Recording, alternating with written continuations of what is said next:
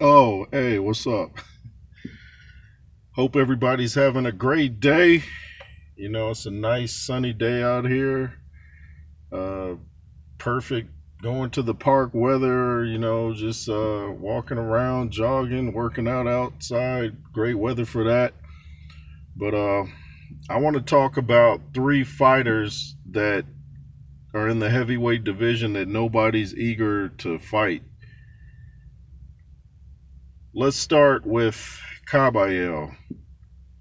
I'm pretty sure nobody's ringing this dude's phone off the hook. We don't use hooks anymore, we got cell phones. But anyway, I'm pretty sure nobody's calling up Caballero eager to mix it up with this guy. This guy is beating people that a lot of people didn't think he would beat. And I picked him in both fights. Well, the first fight, uh, with that, I can't remember that big Russian's name, but I said if there was an upset on the card, it would be that fight, and I was right. And then when he fought Frank Sanchez, I picked Caballero. I just like the way he goes to the body. He breaks down these guys with body shots, and you don't see that too much anymore. You know the old cliche, kill the body and the head will fall? Well, he's kind of showing that. His body attack is stopping these heavyweights, and he's got a lot of power, man. He doesn't seem to get tired. He seems to keep coming forward like a tank. So I think Caballero is someone that's going to make a huge dent in the heavyweight division, and we got to keep our eyes out for him. And it's going to take somebody really special to beat this guy. That's my opinion. The second heavyweight, of course, would be Martin Bakole. Now, we all saw what he did to Jared Anderson, which nobody has done. Charles Martin hurt Jared Anderson in the last round of their fight, but he didn't finish the job. Martin Bakole not only finished the job, but he did it in spectacular fashion and was beating Jared Anderson from pillar to post. So, Martin Bakole, man, a lot of people comparing him to George Foreman. He's taller, he's heavier.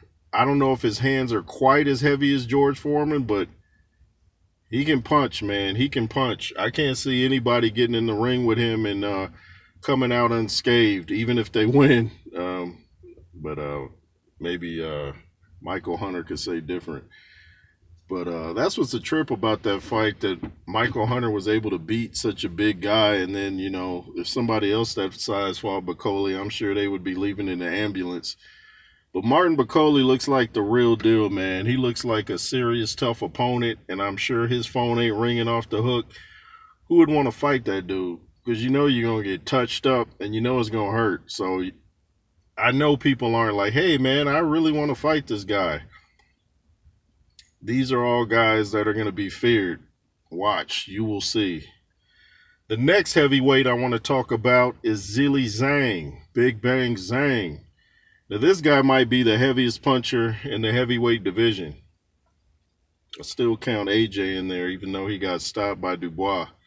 But Zhang might be the heaviest puncher in the heavyweight division. He just seems like he hurts people effortlessly. It's like he just barely taps you, and you're sitting there wondering what just happened as you get up off the canvas.